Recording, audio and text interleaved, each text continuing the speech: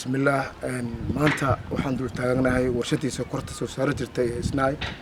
warshadan aad arkayseen waxay leedahay taariikh aad u fog oo aad u dheer warshadani waxay ku taalaa degmada Jowhar waxaana ka shaqeyn jiray shaqaale aad u tiro badan ayaa noloshooda ku tidsaneed maantana waad aragtaan warshadii xaaladeedii sidan ay iska noqotay alxamdulillah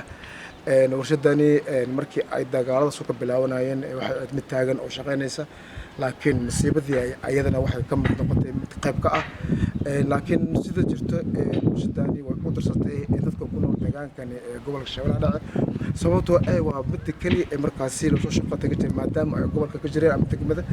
hay'ado fara badan oo markaasi oo loo shaqo doona jiray laakiin intaas oo idin waxa hooyay aqoon ahayd warshada sokorta isnaay warshada sokorta isnaay waxay lahayd macnaha branchal ama laamo kala duwan oo badan sida waxyaha beeraha oo kale waxay soo saar jirtay ay tacab jirtay sida qasabka oo lagu beeri jiray cambaha saytuun macnaha leema bambeelmo nasiib wanaag maanta shaqaalihii markaasi oo ka shaqeyn jiray warshada markii ay warshadan arkaan oo qaabkan u yaalo runtii aad iyo aad ay uga alool xumaadaan oo sababtoo ah waa midii kale waxay u ahayd hooyo iyo macnaha maamadii degmada Jowhar warshada sokorta isnaay ayaa ahayd sababtoo ah ninka subaxii ku soo kaco wuxuu ahaa nin u jeeda meel ku toosan oo meel u socdo jaho macnaha shaqo ay u socdaa wuxuu ka 12 shaqada la soo galay macnaha waxa jirta meel la yiraahdo marketembo macnaha meeshaas macnaha qofka shaqaalaha ee markaas soo galo ayaa markaas lagu qalajin laga saxiix jiray ninkii markaas xilligii loogu talagalay ka soo daaho waxa lagu magacaabi jiray iskuna shuuto macnaha wuu soo daahay oo wuu iska noqon jiray oo maalintaas ma lahayn wax joornaati ah maalin ay jirto marka oo la cafinayo oo la dhahay maanta way u ka naqdalaa beri you must be online haddii online beri ahawaysid waa gurigaada iska seexanay marka waxay soo martay isnaay taariikh aad iyo aad u kala duwan oo fara badan sokorta ay soo saar jirtay waxay ahayd sokor natural ah oo aad u macaan badan oo aan effects lahayn hadda waxa lagu leeyahay sokor marka afka gushneed war sokorta iska yaree diabetiska sokorowga soo kugu dhicin laakiin xilligaasi sokorta isna soo saaraysi dadka diabetiska qaba waxay ahayd dad kooban oo la dhahay xaafad hiblaayo hal qof ka qabo xaafad hiblaayo hadda maanta waxa arkaysaa cunug yariiska ugu leeyahay sokorowga marka aniga sida aan inta qaadsanahay diabetiska waaba cudur oo ilaahay agtiiska timaana sokorta inay soo wadan hadda wadatana ay kala duwan yihiin sokorta isnaay iyo sokortan mid hadda aan macnaha aan isticmaalayno waa mid chemicals ah laakiin tan isna waxay ahayd mid natural ah oo qasabkiyo arkaysid ala majujunay ala miray qasabka markii la keenay waxa keenay cagafyo ama garmaqaato ama tareeno asoo daabulay beeraha biramaseento sugunta seento teersuqo ilaa iyo seetima jirta macna ilaa ibert sagaalaad intaasoo meel waxa qasabka ka soo qaadi jiray tareeno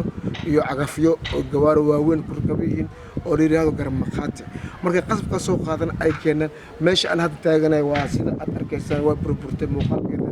sidaas ma loogu dhirgayo waxa ku yaala meel la yiraahdo mooliino kaas oo shiiday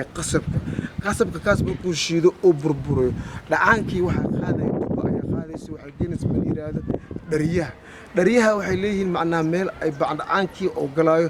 waa la karanaya macnaha waxa ku socod mana vapor oo kuleel badan macnaha biyo iyo oo kuleel kale u karkaranayo sokorta markay karkarto waxay noqonaysaa wax la yiraahdo greja noqonay mar sokor ma ay gaarin laakiin waxay noqonaysaa mid kala jijiitamayso markaas ay waxa loo gudbinayaa meel la yiraahdo bool meel dhaay oo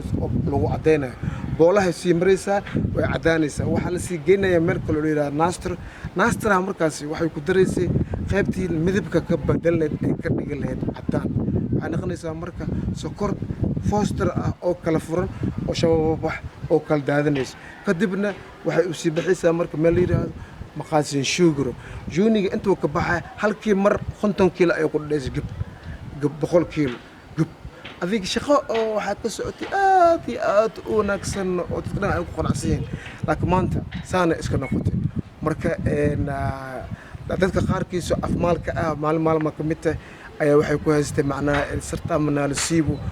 oo sokortaan la waayo sarweena dhaxasan bari doon maan dadka isna ka shaqeynaa waxa aan dad buta